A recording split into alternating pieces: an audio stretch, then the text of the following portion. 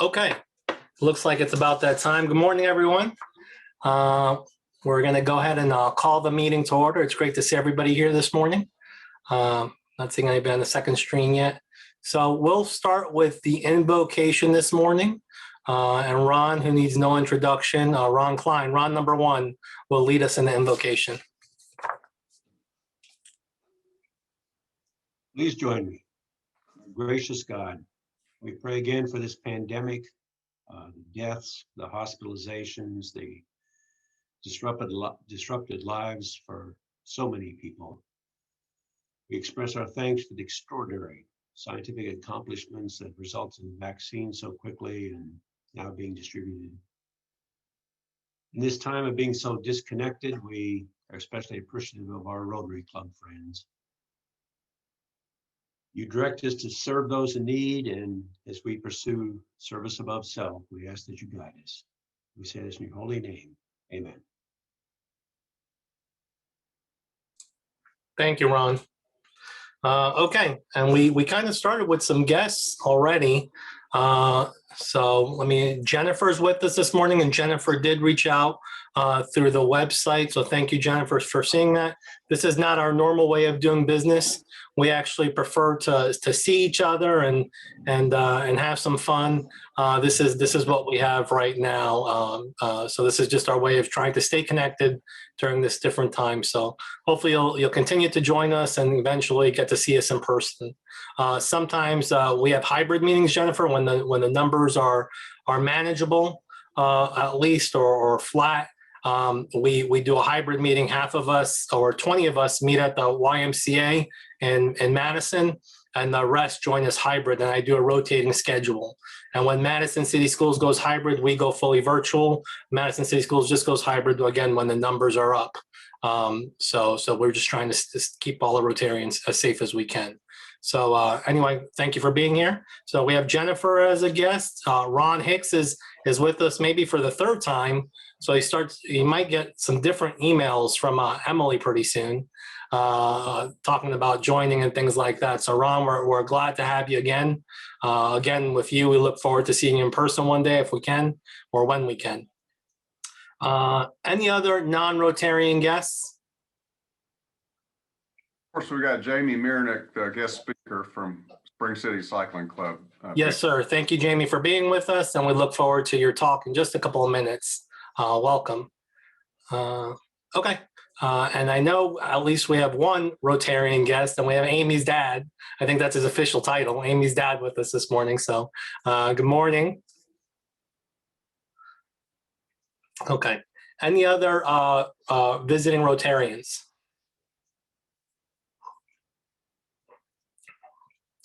Okay. Cynthia, did you get the phone numbers? Who those attendees are already? Are you recognizing the numbers now? I think that telephone number that's popped up is Jonathan. Is that correct?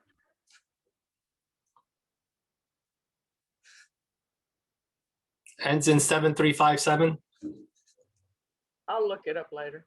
Okay. Let's move on over to any announcements we have. Mine ends in 911, if that helps. No, there's just some. Thanks, Jennifer. Somebody just joined us via phone, and sometimes we have a harder time trying to decipher who that person might be. We just want to give everybody credit for joining us this morning. Okay, announcements. What's going on in your world, work, personal, fun things, notable things? I want to know what everybody's doing for Valentine's Day. Don't forget. I think things are pretty boring right now, but I did want to make one announcement. A couple of us went out and helped hand out the farmers to families boxes Monday. Handed out about 1,200 boxes of food to families in need or people in need, and that's going to go on the next couple of Mondays, every Monday in February. So Daystar Church is the partner with the USDA's program, and Madison City Schools is supporting it. So it's at the football stadium, and it's a lot of fun.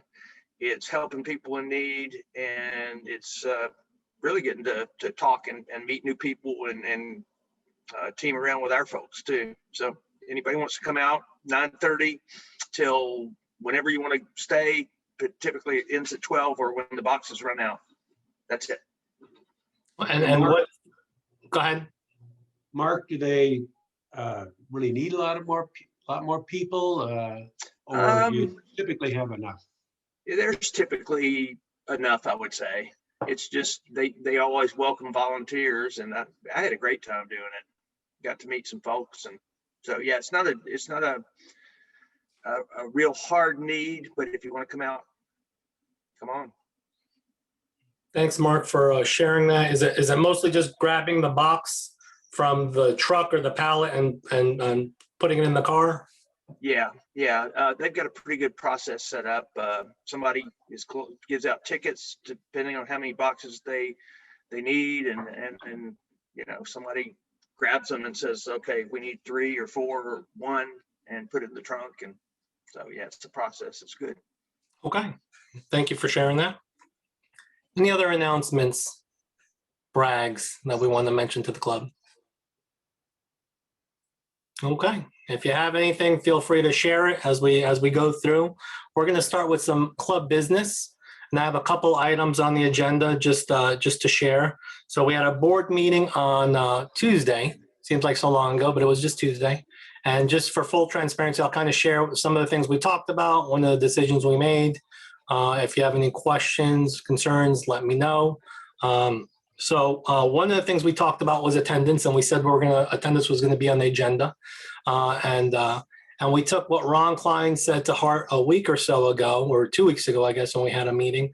And we are now requiring 100% attendance. That's a joke. And John Allen is going to be the enforcer. So if you don't come, you're going to get a phone call from John. Actually, for this year, considering what's going on and the safety issues, we're gonna suspend attendance requirements. So in our bylaws, there's a 50% attendance requirement. The board has been kicking around, Rotarians that just haven't been able to make the meeting either via Zoom or in person, and we all recognize that it's a difficult situation right now. Not everybody's comfortable on Zoom. Not everybody wants to have a Zoom meeting. I do appreciate all of you for joining us or staying connected. I know it's not. I feel like I have a responsibility to try to keep us connected, but you certainly maybe feel like you have enough Zoom meetings at work and you don't just need another Zoom meeting in the morning. So I do appreciate y'all joining us, staying connected with the club, even though it's not the most ideal situation. So we know Rotarians are uncomfortable with Zoom, and we know there's some of us that just aren't comfortable in person because of what's going on. So in fairness to that, in light of that, we're suspending any kind of attendance requirement until July. That's the end of the Rotary year. I'm not saying that you're off the hook, that you don't have to stay connected with us. We appreciate it, but you're not going to get any kind of phone call from any of us if you're just not joining us. Now, you do have to pay your dues. We haven't suspended that. So that's the big announcement on attendance. Chris, so, in my case, I get to kick that can to Chris's year.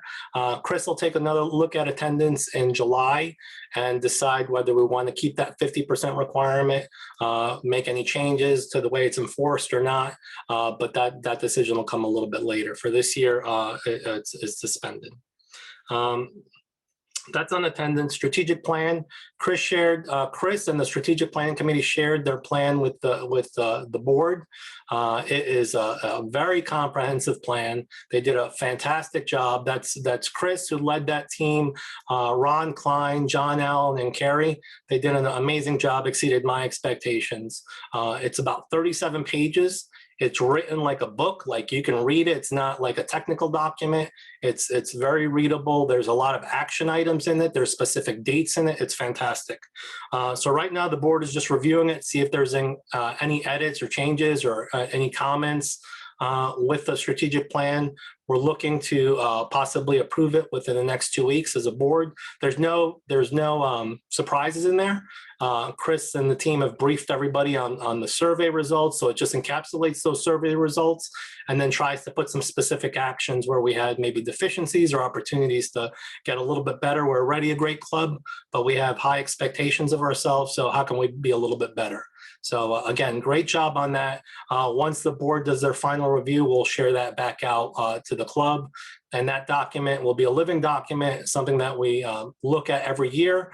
New Rotarians will get a chance to review it. It kind of has a lot of historical information, up-to-date information that kind of really introduces you to the Rotary Club of Madison, gives you a good feel about who we are and what we want to be in the future. So anyway, Chris, great job. I don't know if you're on the Zoom right now. John, Ron, and Carrie, thank you so much. Great job. A lot of time they put into that. Home Place Park, this is just an FYI. Home Place Park is that, I think many of you know it. I think I'm going to forget her name because I'm trying to think about it right now. Liz Brighton from MVP, she shared with us a little bit of information about Home Place Park, the amphitheater and things like that. So now we're getting to the point of do we want to make a commitment to that park? We've kind of made a preliminary commitment to that park years ago when the mayor came by and told us about it. It took a few years to get to where we are today. So now the board is seriously considering what kind of commitment it is. Is it a $10,000 commitment, $5,000, $25,000? So we're going to start meeting with them, the planning committee, the developers, and some board members to discuss those items. Peter, is that the park where we planted all those trees?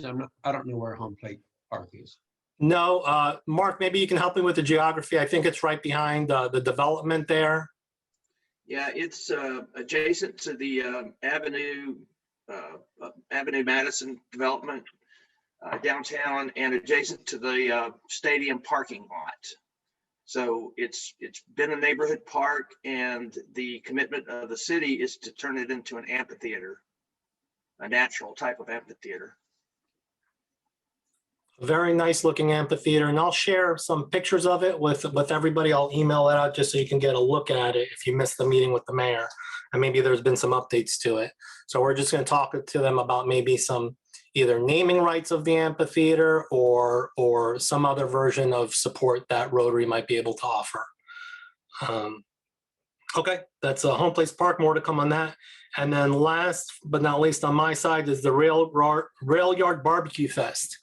So if you hang out with Todd Seaton, you know what the Rail Yard Barbecue Fest is. If you don't, Todd's part of our satellite club. That's going to be an inaugural barbecue fest in Madison. So the Parrots Committee, fundraising committee has been planning, has been talking for a couple of weeks now. Tom Florence, who's on here with us, has been leading that. And one of the directives for that committee was, how do we flip Parrots on its head? How do we make an update to it? It might be a little bit stale. How do we make some changes? And this is one possibility, this Railroad Barbecue Fest, as either being a standalone fundraiser or have some sort of relationship with Parrots, some sort of branding, double branding opportunity with Parrots. So we're going to explore that a little bit more. That's set to go this October. This barbecue fest, with or without our help. The funds are already going to benefit Rotary. So that's already a done deal. It's just how much can we help make it a bigger event? Is this going to replace Parrots? Is this just going to be in addition to Parrots? So we're working with Todd, and we're working with the Parrots Committee on that. We'll make some recommendations to the board and share with the club how that's going as there's updates available. But just so you know, we're having those conversations with Todd around this Rail Yard Barbecue Fest that's going to go off this year. And it's meant to be an annual barbecue fest, kind of like Whistle Stop, just in Madison. So I think it's a great idea. It might take a couple of years to get as big as Whistle Stop, obviously, but I think it has some legs. So we're going to explore what we can do with that as a Rotary Club. And one of the thoughts is we'd own the bar. So we'd run the alcohol. So just like we did at the barn, we would get the liquor license, we would supply the beer and the wine, and then make all that revenue along with some other revenue would be what we have for the fundraising. So that's just one early thought. We're still working through some of those details. All right. The last thing, I think I said the last thing was my last thing, but here's my real last thing. Mardi Gras with the senior center, that's tomorrow. I think we're in good shape. Sheila did a great job putting the baskets together. They look very festive and fantastic. So thank you, Sheila, and Brenda, I think, helped with that. Maybe Brenda did some of the purchasing for that. Cynthia's been coordinating that from Florida. So thank you, Cynthia. And Pat and Roger, Pat's not with us this morning. She's doing some other Rotary International trading. But Pat and Roger are going to help decorate. I think with Amanda Hazy is going to drop some things off. Roger, do you think you need any help decorating today at 4 o'clock? I don't think so. And we've talked about if the weather is really bad, we may do it early in the morning if it's really raining. So Okay. we'll see. I don't think we will. Okay. If you decide you need some help tomorrow or something, just shoot me an email. I'll stop by and give you whatever help I can offer on the decorating side. Cynthia, and we're good on the, thanks, Roger. And we're good on the handing out the bags, right? Unless Sheila needs some additional help. I think Sheila needs at least one more person to help, just because, you know, if there are 2 or 3 people in the car, I know that Bonnie will be there to assist, but I don't want Sheila there all by herself. Okay. Well, I'll be glad to help Sheila unless somebody's jumping at the bit to participate. I know many of us have joined or participated in the senior center. It's a lot of fun. There's a lot of smiles, a lot of thank yous. You leave there feeling pretty good about what we're doing and how we're supporting our seniors. So again, I'll reach out to Sheila and let her know I'd like to help unless somebody else is very interested. Okay. That's all I had from my side on Rotary business. Does anybody else have any other Rotary business before we move on to my slides, my few slides, and then our program? Okay, let me share my screen. I see a couple chats here. It's supposed to rain all day. Thanks, John. Okay.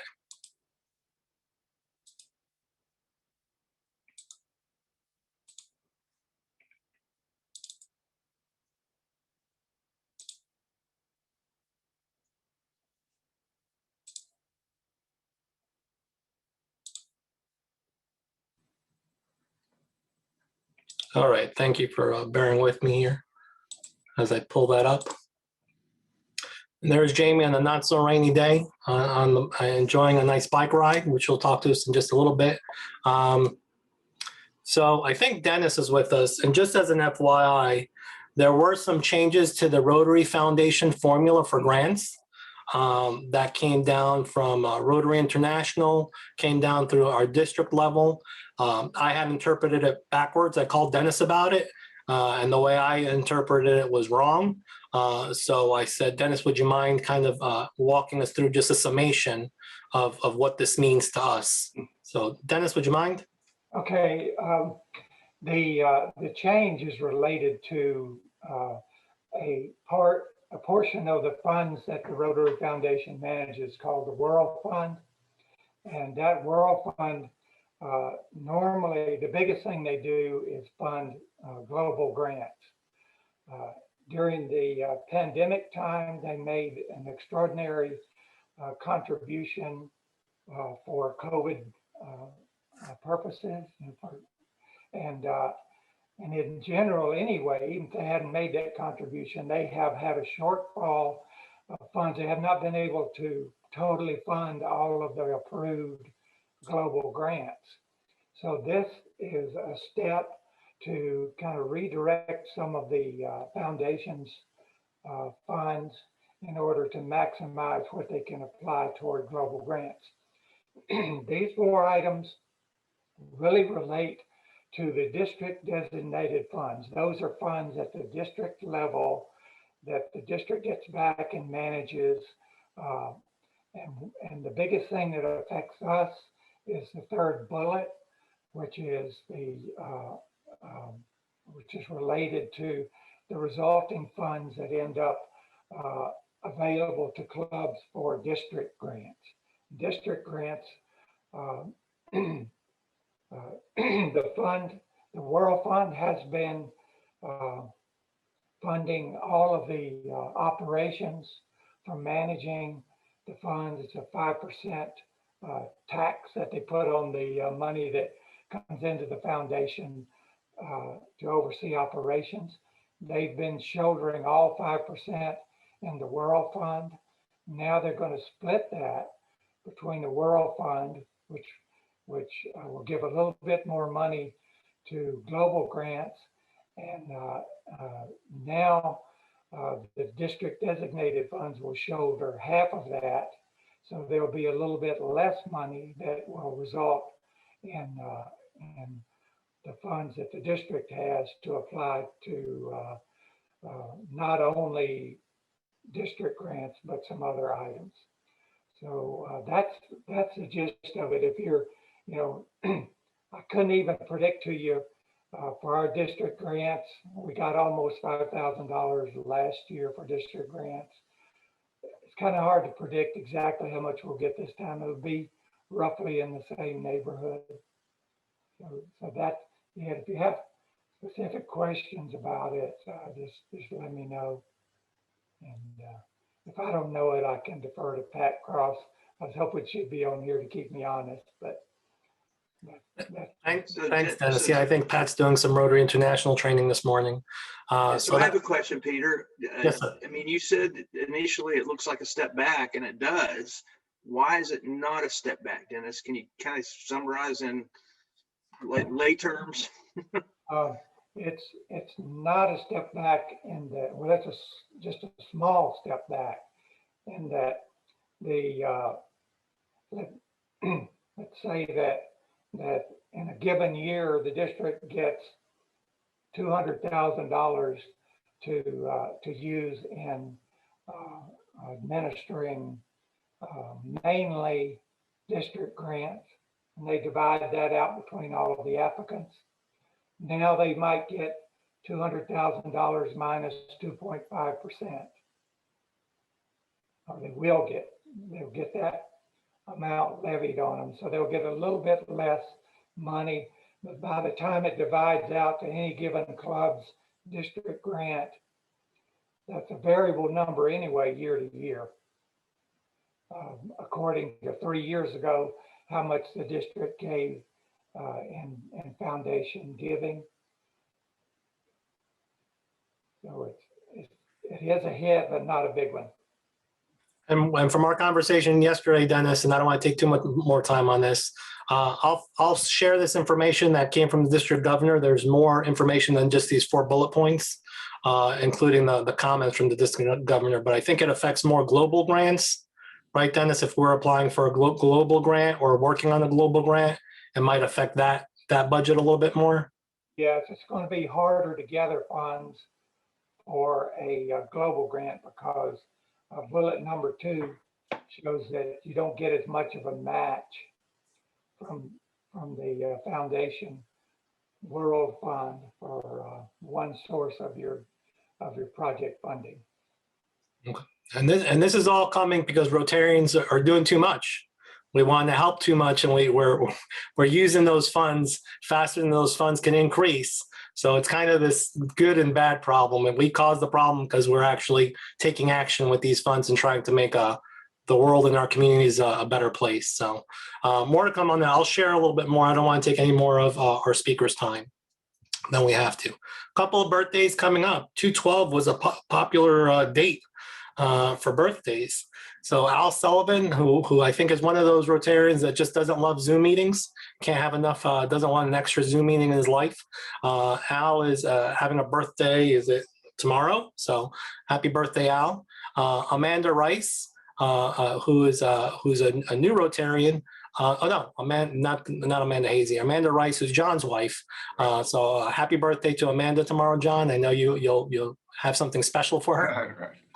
Absolutely. This is your reminder in case it slipped your mind. I'll always take a reminder. And Monica, of course, Larry's better half, who's lovely, who's is her birthday tomorrow as well. So happy birthday, Monica. And Monica did birthday cakes for us during Larry's year, so I'm ashamed of myself for not seeing this sooner and maybe getting a cake for Monica. Okay, just a couple upcoming programs. We have Spring City Cycling this morning, Wheeler National Wildlife next week, and then Madison Hospital after that. So just full transparency, I reached out to Marilyn Wright yesterday. I was looking for Rotary News and I saw how Rotarians were helping with the COVID vaccinations in some parts of the world. So I put us all out there and said, hey, if you need any help with the vaccination distribution or any volunteers with that, think of the Rotary Club of Madison. And she said that they have it covered right now, but we'll be the first that she calls if they do need volunteers for the vaccination rollout. So I kind of put us out there. Okay, with that said.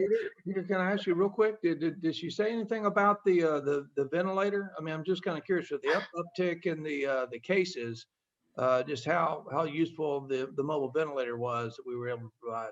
I wanted to ask her that, but I left that one out. I know she's busy, so I kept it simple. I know she's going to be with the club in a week or two, so maybe we can ask her about the ventilator. But I did think, are they using our ventilators? Did it come in handy? I'm sure the answer is, I imagine the answer is yes, but we can certainly put her on the spot on the 25th when she comes, probably via Zoom to our club or maybe in person.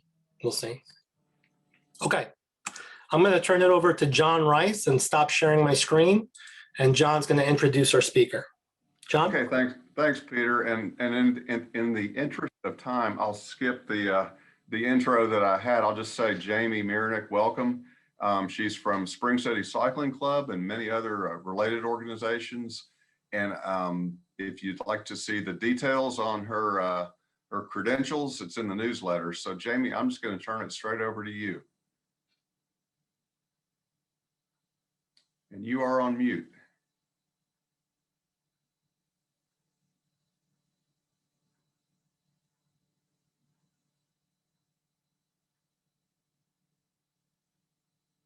Still muted. There you go.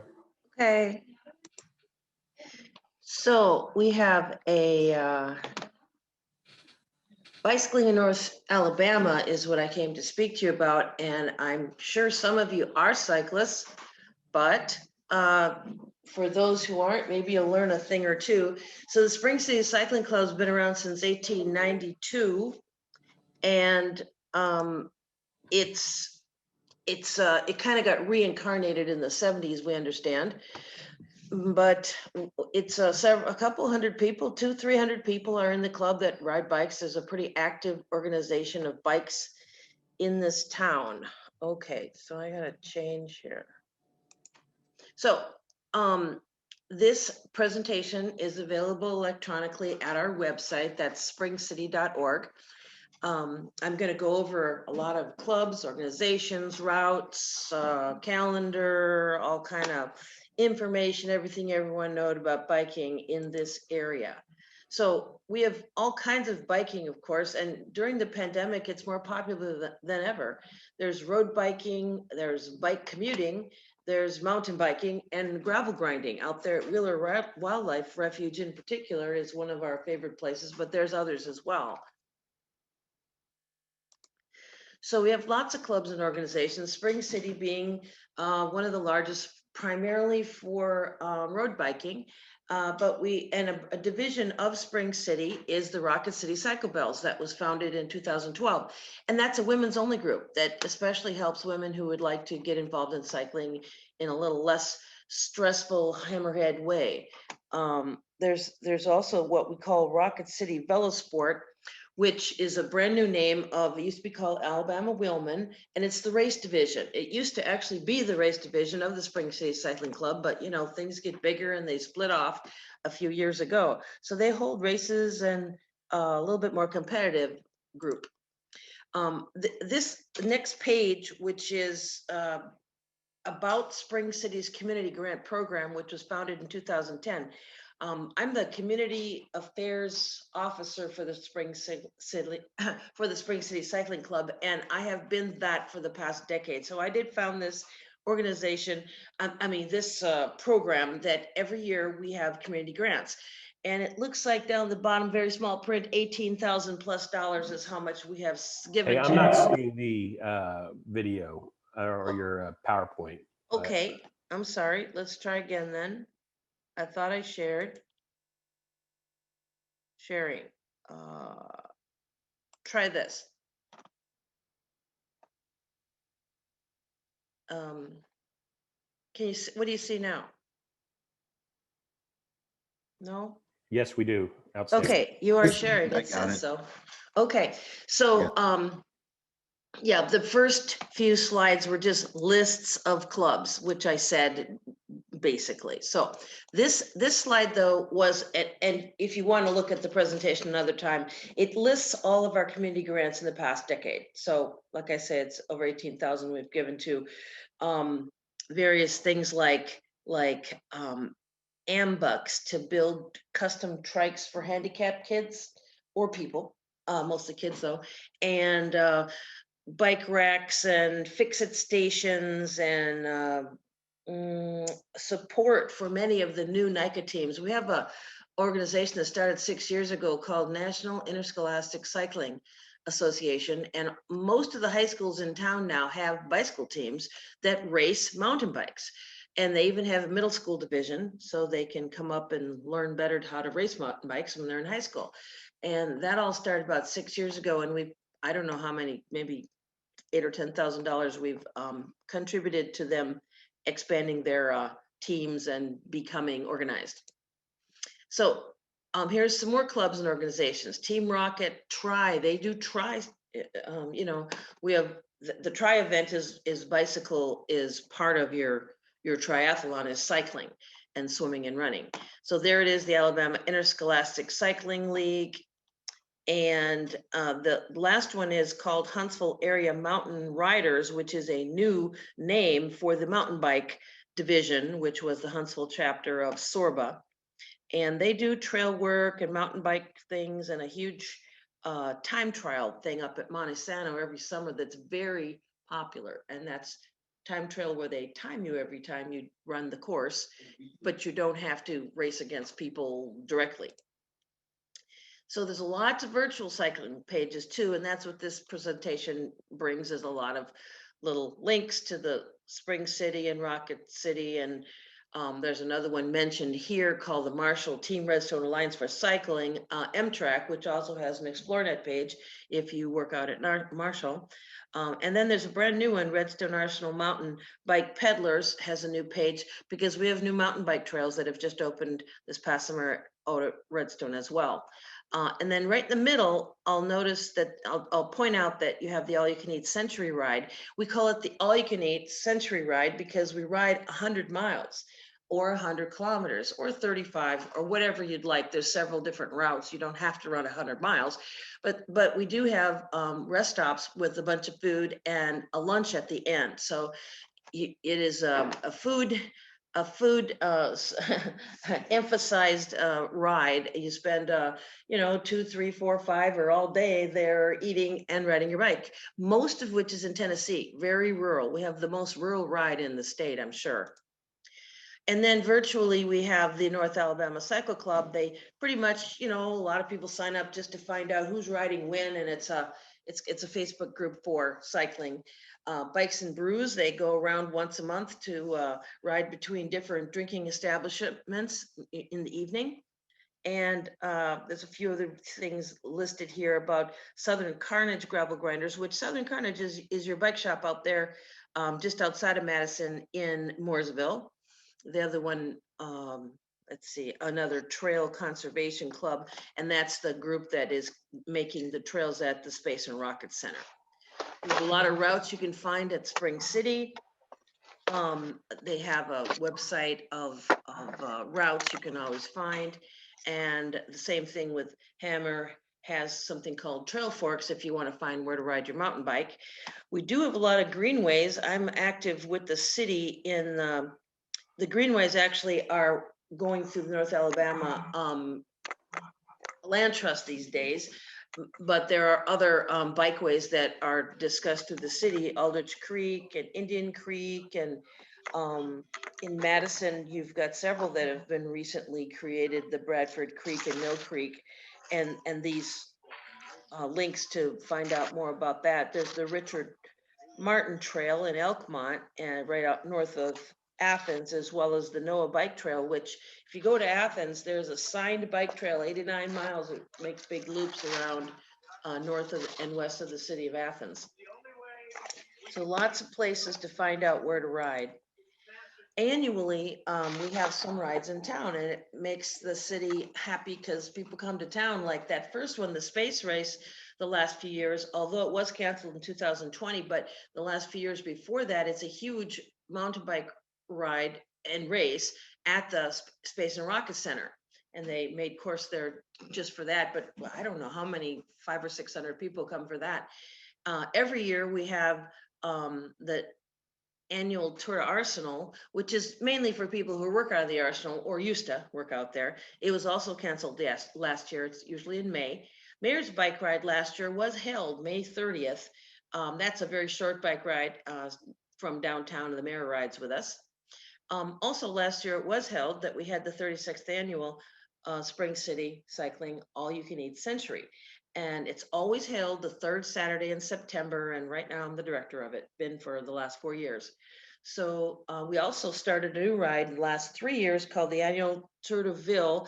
And that is put on by the Boys and Girls Club. I'm on the committee a little bit to help, but it's a Boys and Girls Club fundraiser, annual Tour de Ville. And I believe that will be held. And my understanding, it's going to be November 6th.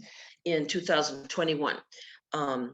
We also, I mentioned a Blossomwood Witches ride as an annual ride I know about that's kind of fun to dress up for.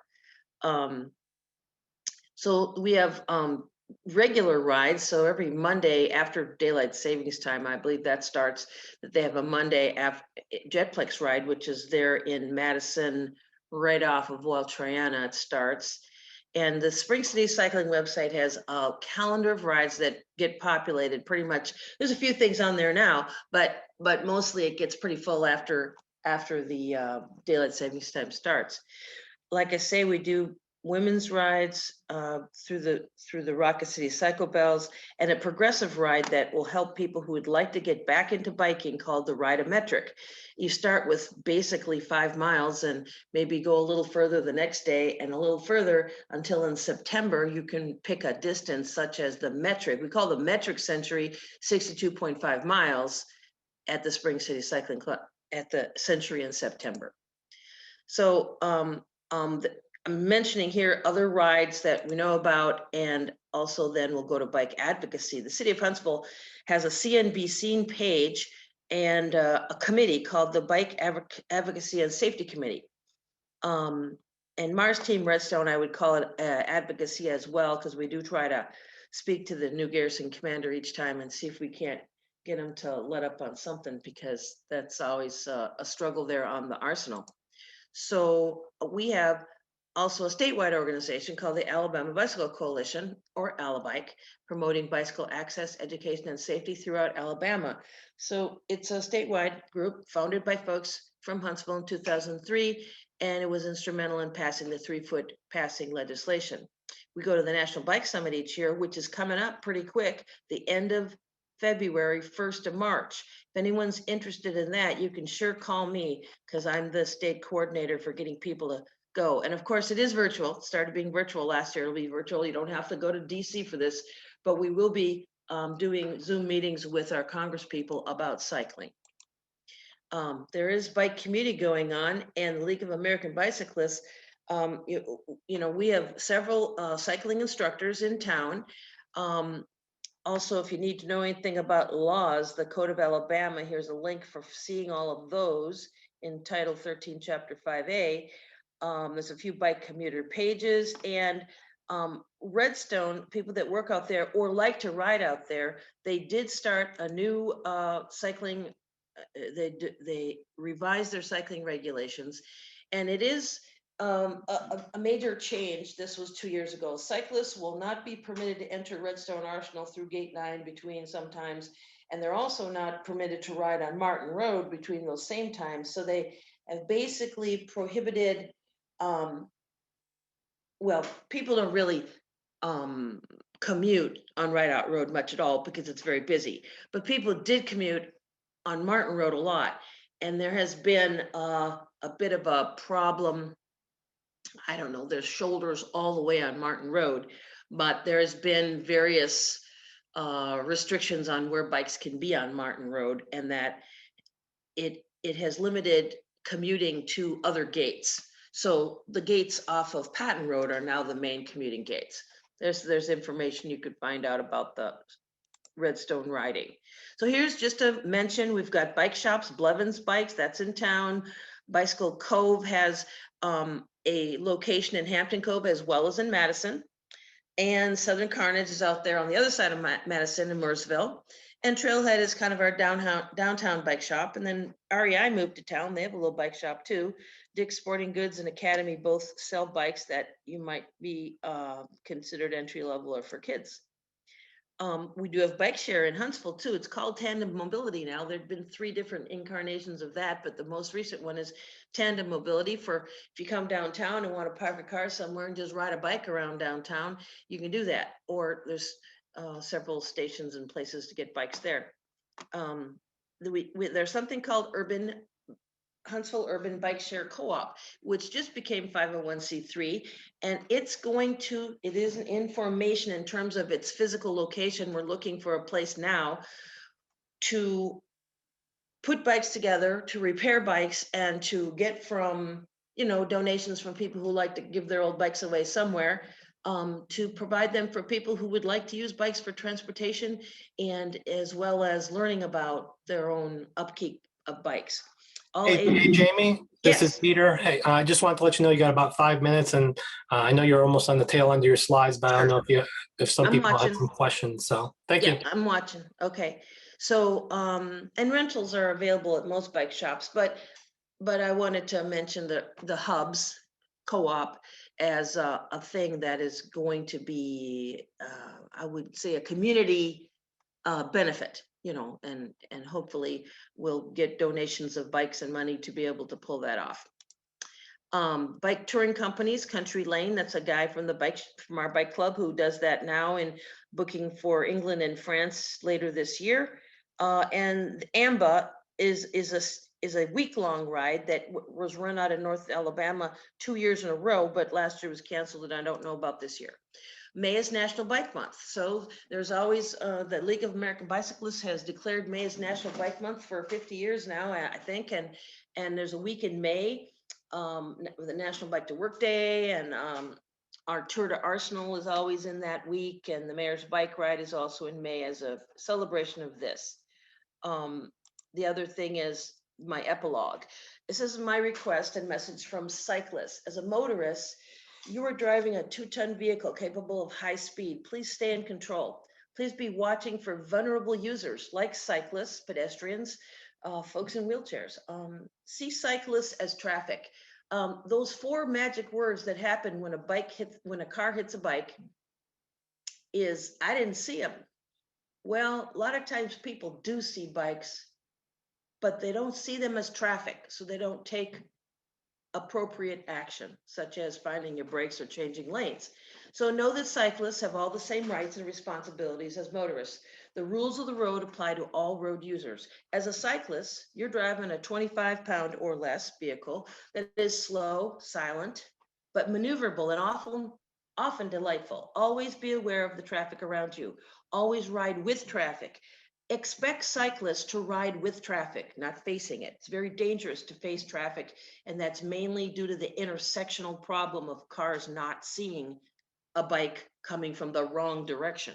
So bikes are by law to ride the same direction on roads and obey traffic laws. Be seen, all cyclists.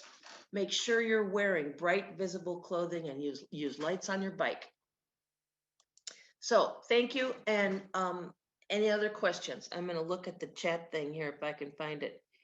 Chat. Did anyone chat or ask questions now?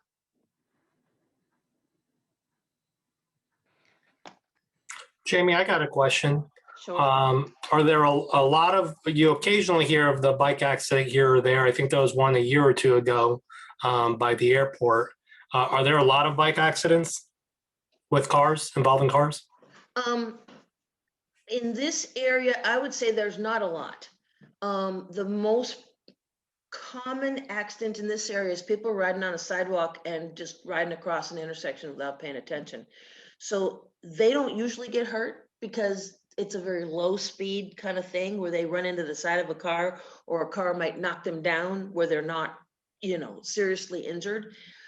But it is true that the hit from behind accident, which used to be absolutely the most rare accident of all accidents, has become a much more prevalent accident and a much more fatal accident, where drivers are on their phone or otherwise distracted, but usually phones are the reason, where they hit something in front of them and hurt or kill cyclists because they're driving a 2-ton vehicle and the cyclist is not protected at all. And yet, even though being right in front of them, they didn't see them because they're distracted.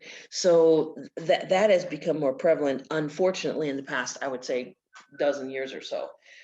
But in general, in this area, there hasn't been that many accidents. And they say accidents are on the rise and nationwide. And the other thing is that bicyclists now often have cameras on their bikes. Spring City has had a couple camera deals where we sold cameras with a discount because we get a big group buy. And that has led to a few more convictions, and information have been distributed about, poor driving and passing too fast, or who hit who when something happens. So I would encourage anyone to ride a bike on roads to get a camera and be part of the movement. In fact, we have a way at the city now where you can upload your video in that CNBC site, and the police will then be able to find the license plate number and go talk to these yo-yos who don't want to be considered on the road. All right. Well, thank you, Jamie, for joining us today. Thank you for all this information. Wow, there's a lot of cycling clubs. There's no reason why anybody can't get involved, whether virtually or in person. And I think you said this deck is available on the Spring City Cycling Club website. It is. If you just go there under, I guess, community affairs and roll down a bit, it'll say cycling or bicycling in North Alabama, and there's a link there. Also, I gave a copy to John Rice, so you guys have a copy of this as well if you have a way to distribute it, or somebody wants to post it somewhere where it's easy for someone to say. And if you want to see the February 11th presentation, here it is, because there is a lot of links on it and ways in which you can look up things if you're interested in cycling. All right. Thank you so much, Jamie. And Cynthia did send that out with the Redstone, with the Rotary Rocket. So we're going to go ahead and I think we're just about out of time. So we're going to, if you have questions for Jamie, please reach out to her. Otherwise, we're going to end it with the 4-way test. So we're going to do it by memory because we know we can. Of the things we think, say, or do, first. Is it the truth? Second. Is it fair to to all all? concerned. Third. Will it build goodwill and better friendships? And fourth, Will it be will be beneficial to all concerned? Okay. Thank you all. Thank you to our guests for joining us this morning. I hope you join us again next week. We look forward to eventually meeting you in person. With that, have a great Thursday.